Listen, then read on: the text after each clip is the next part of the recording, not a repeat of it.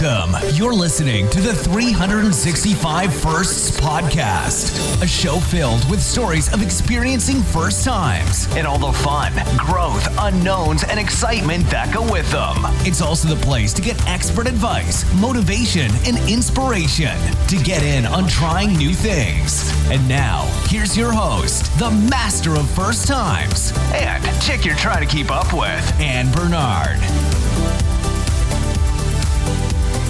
My guest today to give you that expert advice is Jose Cayasso, who is better known as Caya. Caya is one of the three co-founders and the CEO at Slybean, a company he started in mid-2014. Slybean is a simplified, cloud-based presentation tool. His journey with Slybean began with being selected to be part of Startup Chile, and then on to making it into the 500 Startup Selection, one of the top US-based accelerators according to Forbes and TechCrunch, to leading the company's growth and expansion into a profitable $1 million+ a year operation that employs over 25 people in the US and Costa Rica. His background is in graphic design, digital animation, filmmaking, and storytelling, skills and talent that are well put to work on the Slybean YouTube channel, where I discovered Caya while doing research on pitching to investors a few months back. Tell me about your very first slide deck that you made, and what was it for, and what did you struggle with, and how did your presentation go? I'm a graphic designer. I don't do a lot of graphic design anymore, but that's what I studied in college. And the first company that I started was a company called Potatoes, which was this mobile gaming platform. We launched a Kickstarter campaign and we beat the goal. And after that, we got a bunch of press attention and so on, and ended up finding ourselves pitching investors. That was the first time I had to make a pitch deck. Absolutely nothing to reference off or to start off. Like, you need a pitch deck, you have no idea where to start. At least I had the design part solved, or I didn't struggle too much with that. But then the content was tough, and then I saw a lot of the companies that sat around me, how much they struggled with both of them, both the writing and the design. But how did it go? So, how did your first pitch go? Were you nervous? Were you scared?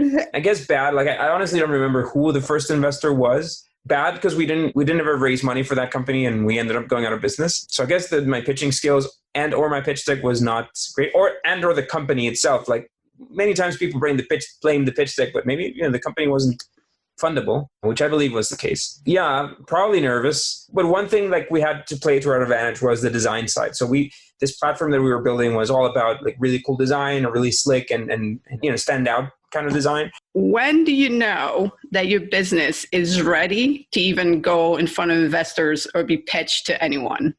That's a great question. And I get this all the time. So we do these office hours now, and people that watch our YouTube channel, they can book office hours with me. And I'd say 50% of those office hours start with a question like, I'm trying to raise money. I want to know if my company's ready. And then my question is, okay, how much revenue are you making? Oh, we don't have a product yet. So that is classic story. And no, you're not ready to raise money. Like, very few companies can raise capital without a product in the market, without some users talking about it, enjoying it, using it.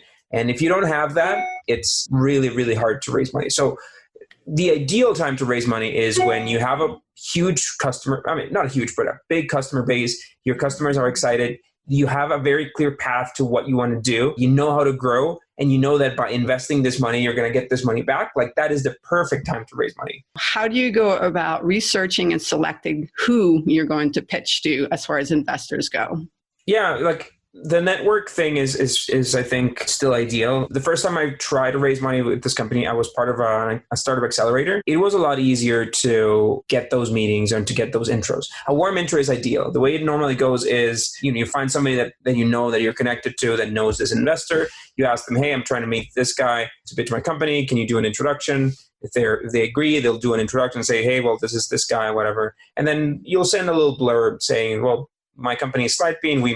We help startups make awesome pitch decks in no time. Can I send you my pitch deck? You're asking for permission to send this first deck. That's the way that first interaction usually goes. And then warm intros, like I said, are ideal. Navigate your LinkedIn, find out investors in your space, and in your area, and try to connect, try to see if you have somebody that knows them. The next step after that, I would say, is AngelList. You can go to AngelList, again, filter investors by their industry, look at the companies that they've invested in recently, find out if they're still active, if they're actively investing in the last few months. Again, at this stage, you're probably going to be dealing with angel investors, maybe early stage venture firms writing, small 6-digit tickets or 6-digit checks. That's usually the process. Many of these early stage programs have some form to apply or to forward a pitch deck on their website. With the angels, it's just a similar intro email. Can I send you my pitch deck is what you want to ask. What is the purpose of a pitch deck for your business? Yeah, so, pitch deck is a brief story summary of the company, enough to tell an investor where you are in terms of traction and to tell them what problem you're solving, how you're solving it, and how you're going to make money, and why you're the best to do it. Those are the questions that the pitch deck needs to answer. So again, what are you doing and why? How are you going to make money? And how you are going to beat the competition. So the structure to tell a pitch deck story or a company story is pretty much standardized these days. We discovered this funny story, like our platform Slybean, we didn't originally intend to make a pitch deck platform. We intended to make a presentation platform that multiple different people could use. But then one of our biggest and probably, arguably the most important breakthrough we had in the company was when we started adding like templates to the platform. And then our understanding of a template is not like a look. It's not like a slides that look one way or the other. That's not how our platform works. Our template is really a content template, like an outline saying like, okay, first slide, the cover, second slide, the problem slide, and placeholders for what you want to add, and even some instructions on how to write it. Then the solution, then the product samples, then the business model. Like we built these templates into the platform. And that, like I said, was one of the biggest breakthroughs we ever had because we solved that problem, which was, I don't know where to start. I don't know what a pitch deck should have. We already give them that 15-slide outline. You just have to fill in the blanks. And then the pitch deck structure hardly ever moves too far off from that 15-slide structure. And, I've talked about what those 15 slides are in a bunch of places, and we can link videos and articles on it. But that's what investors expect to see. It's that short summary of the company. You don't have to go very deeply into the technology. Many investors just want a quick overview of the product, what the market is. I see a lot of founders who are really, really focused on showing the product, showing the architecture behind it.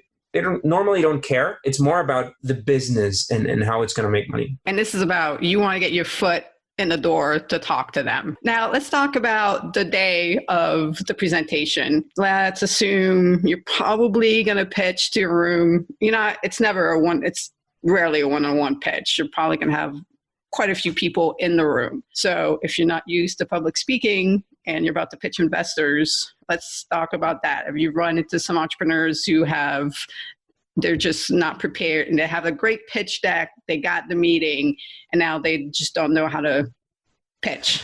Actually, in my experience, most of those pitches are to one or two people. If it's an angel, you're going to pitch one guy. If it's even the small VC firm, you're probably going to pitch one or two people in the room at the very best. Like the alternative here, which is the demo day type of pitch, like when you're on stage and you have an audience and you have people sitting in, there's usually that clock saying that you have 3 or 5 minutes to pitch. I don't want to say it like that, but it is a little bit of a show, of a startup show. The TechCrunch Disrupt, like the Battlefield thing, like that is a little bit of the startup showmanship. And that's great. I think it's great practice for founders. It gets them confident on stage. It gets them confident about the company. You get a bunch of feedback right away when you are pitching 100 people and you figure out if they like your product, if they're willing to go and sign up, if there's a call to action in the pitch. So, it's fantastic practice. It's just not, in my experience, the reality of fundraising. When you're fundraising, you're pitching one guy. You're walking them through the slides, but you need to make more of a casual conversation than, hey, so this is the pitch. I have memorized it. In 3 minutes, I'm just going to go.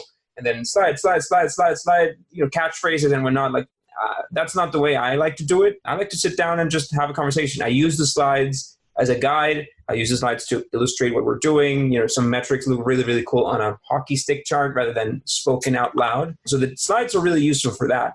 But the meeting is a conversation more than a traditional pitch. Now, what are your thoughts on pay to pitch? I'm so against paying on a pitch competitions or like that, or like there's an event and they're asking the entrepreneurs to pay to pitch. No.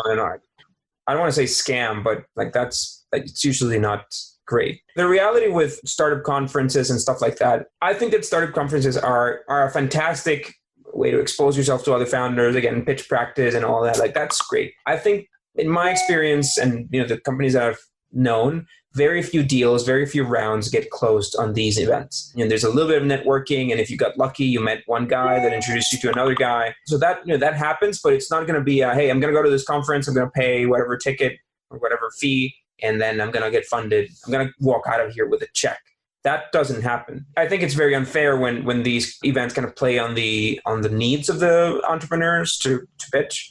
Now, tell me a little bit more about Slybean, because you kind of hitting on it. I think if this is going to be your first time creating a pitch deck, now there's a lot of data. There's a lot of data, and you can get, you can go on Fiverr, you can get a quick, based on your branding, get a PowerPoint deck made or whatever, and then just follow some of the directions that's out there.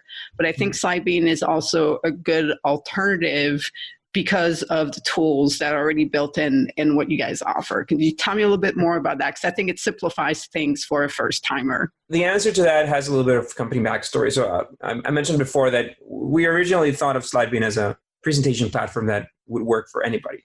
When we started the company, this was 2013, you had your PowerPoint, you had your Prezi, which is still around, bunch of different smaller platforms. Google Slides was only starting to pick up in the small business space. But we naively thought of Slidebean as a whole new presentation platform of its own. The reality 5 years later is that the reason why we have succeeded is because we've succeeded at solving the problems for a very specific use case. The very first one is pitch decks. Startup founders make up around 70% of our customers, but then the other 30% is made up of some business consultants, some students, marketing. But judging by the number of customers that we have in that space, it's a product that works for them, but it's not ideal for them. So with the startup space and the founders, we've made an effort to build a product and a brand that's kind of ideal for this. And our vision at this point is becoming the go-to platform brand for pitch deck advice and or services and or platform to build it. And we've sort of expanded on that. So we originally only worked on the presentation platform. Now we've expanded, more relevantly, the YouTube channel, which provides a bunch of advice in that space. We now have a platform called Founder Hub that helps founders with the legal and, the other hoops that they have to jump through as they start a company. So it's doubling down on this audience, and all of these resources and all this content is kind of associated to Slidebean. So it becomes, it's never going to be perfect, but it becomes the ideal tool if that's what you want to do, if you're a first-time founder. And that is, I think, the reason why we've continued to succeed and continue to grow. It's, I don't want to say product market fit, but it's the closest thing I've known to product market fit. Thanks a lot for having me. Well, I'm going to have that one final question. So what is a new experience or a first that is on your list that you've never done before? Oh, I love this question. I love when I get asked this. For the past 12 months or so, I've been planning to go to Everest Base Camp. I've always wanted to go there, and I turned 30 last year, which gave me like this third life crisis. So I'm heading out to Base Camp in April. It's a little bit of a walkabout sort of thing, disconnecting myself after 5 years of being on this. So, a couple of notes there. Yeah, running a startup is a marathon, not a sprint. Well, I think it's going to be an awesome experience for you. Have an awesome time with that. I'm sure when you come back, you'll share what the experience was like. I'll certainly do that. Yeah. All right. Well, thank you, Caya, for being on the show. Awesome, man. Really appreciate it. You've been listening to the 365 Firsts podcast. Hope you've gotten inspired to start your journey of first times and new experiences. Join the 365 Firsts challenge by downloading the app at your local app store. Check out Next Level Firsts Coaching for additional assistance. Contact us if you want to share the stories of your latest firsts on the show. Now, go get busy having new experiences.